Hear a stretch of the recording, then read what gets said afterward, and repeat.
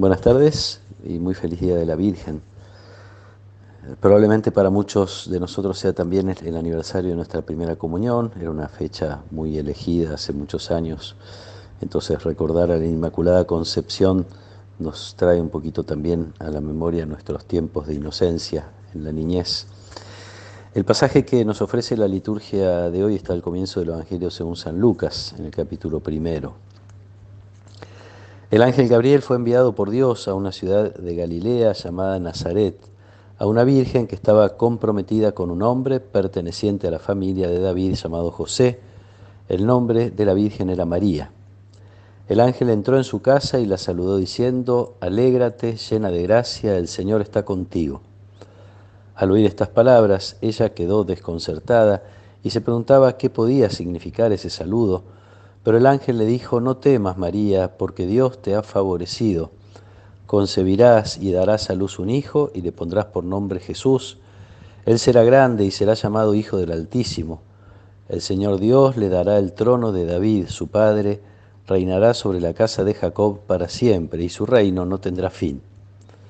María dijo al ángel: ¿Cómo puede ser eso si yo no tengo relaciones con ningún hombre? El ángel le respondió: El Espíritu Santo descenderá sobre ti, y el poder del Altísimo te cubrirá con su sombra. Por eso el niño será santo y será llamado Hijo de Dios. También tu parienta Isabel concibió un hijo a pesar de su vejez, y la que era considerada estéril ya se encuentra en su 6.º mes, porque no hay nada imposible para Dios.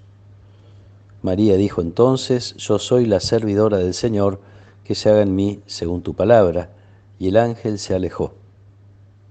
Palabras del Señor. Cada año celebramos esta fiesta que nos trae en la primera lectura el relato del pecado de Adán y Eva, las consecuencias del pecado de Adán y Eva en el capítulo 3 del libro del Génesis. Allí se nos cuenta que después de haber comido del fruto prohibido, Dios busca a Adán y Adán se esconde y le dice: me escondí porque tuve miedo. La consecuencia del pecado, una de las consecuencias del pecado es esta, es el miedo y el miedo a la presencia de Dios. La celebración de la Inmaculada Concepción tiene que ver con que, a excepción de lo que nos pasa a todos, que heredamos un poco eso del pecado original, que tiene que ver, ya lo sabemos, con la intención de decidir por nosotros mismos dónde está el bien y dónde está el mal. El árbol del que se le prohíbe comer a Adán y a Eva es el árbol del conocimiento del bien y del mal, imagen de la obediencia o la desobediencia, nuestra tendencia a elegir por nosotros sin Dios qué es lo bueno y qué es lo malo. La Virgen fue liberada de esa tendencia que heredamos de Adán y Eva, liberada del pecado original. Entonces es fácil entender por qué ante la propuesta del ángel la Virgen no tiene más que decir que, en definitiva, que se haga la voluntad de Dios, que sea como Dios quiera, que está dispuesta a que Dios decida lo que es el bien en su vida. La consecuencia, como decía, es el miedo. Adán se esconde porque tiene miedo, y precisamente el anuncio del ángel, en el contexto de la visita que Dios le hace a la Virgen, dice el Evangelio que el ángel entró en su casa, que como sabemos es mucho más que el lugar físico, aunque lo es, pero es entrar en su vida. El ángel entra en la casa, Dios entra en la casa de la Virgen. En esta visita, que bien nos puede hacer pensar en la visita que nosotros nos estamos preparando a recibir, que es la Navidad, el ángel trae un anuncio a la Virgen que nos puede servir, que puede tener que ver también con lo que Dios nos está queriendo decir hoy. Sencillamente algunas cosas. El primer anuncio del ángel es: alégrate. La visita de Dios, la presencia de Dios en nuestra vida, la Navidad, tiene que ser fuente de alegría, de una alegría que permanece a pesar de las dificultades, de que las cosas no son siempre como quisiéramos que fueran, de que el mundo no está alineado con la voluntad de Dios. La invitación entonces a la presencia de Jesús frecuente, como es este momento de oración que compartimos, como es cada vez que nos acercamos a recibir la comunión, como es cada vez que nos acercamos a alguien que pueda necesitar de nosotros, reconociendo en él o en ella la presencia de Dios. Entonces la invitación es esta: hay que alegrarse. La experiencia de la fe provoca alegría, una alegría que, como Jesús le dijo a los discípulos en la última cena, tendrán una alegría que nadie les podrá quitar.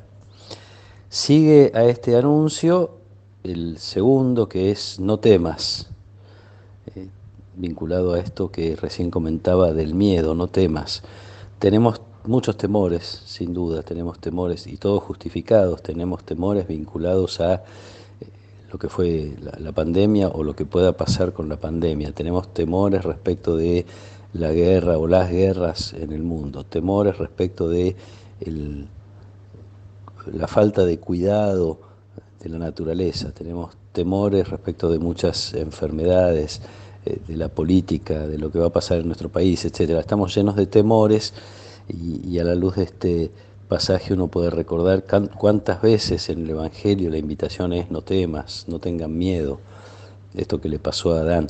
Y en todo caso, la invitación de Jesús a los discípulos: no teman a aquel que puede matar el cuerpo, teman más bien a aquel que puede arrojar el cuerpo y el alma a la gehenna, al infierno. En todo caso, si tenemos que tener un temor, es al pecado. Tenemos que tener temor a la serpiente tentadora, como nos relata el Génesis. Es el único temor que podemos tener quienes creemos en Dios.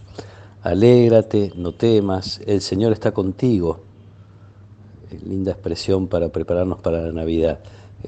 Jesús viene, se encarna para decirnos eso, que Dios está cerca, que está con nosotros, que no nos abandona, que nos ama, etcétera. Todo esto que la Virgen tiene que escuchar y recibir en su corazón, y cada uno de nosotros, y la Iglesia, a la cual la Virgen de algún modo siempre está representando como modelo, como figura.